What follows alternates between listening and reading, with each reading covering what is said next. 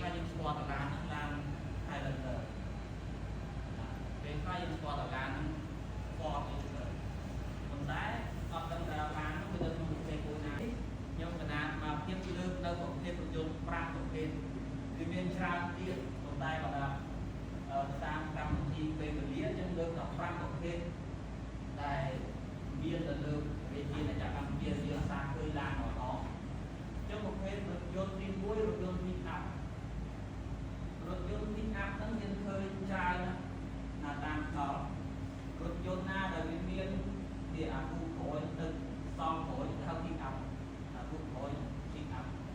ចឹង pick up ហ្នឹងវាមានអា pick up មកបានមកបាំងកន្លះ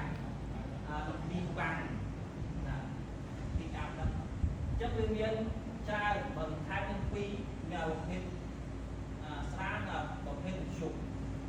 ណាប្រភេទស្រានេះដែលយើងដល់ស្គាល់យន្ត Toyota Hilux Vigo ឥឡូវវាប្រែទៅជា Vigo ណា Toyota Hilux Vigo ណា Vigo ដែលយើងស្គាល់ហ្នឹងអាហ្នឹងក៏ជារថយន្ត pick up ដែរប្រភេទស្រានេះនេះទៅនេះហ្នឹងហើយ Toyota Vigo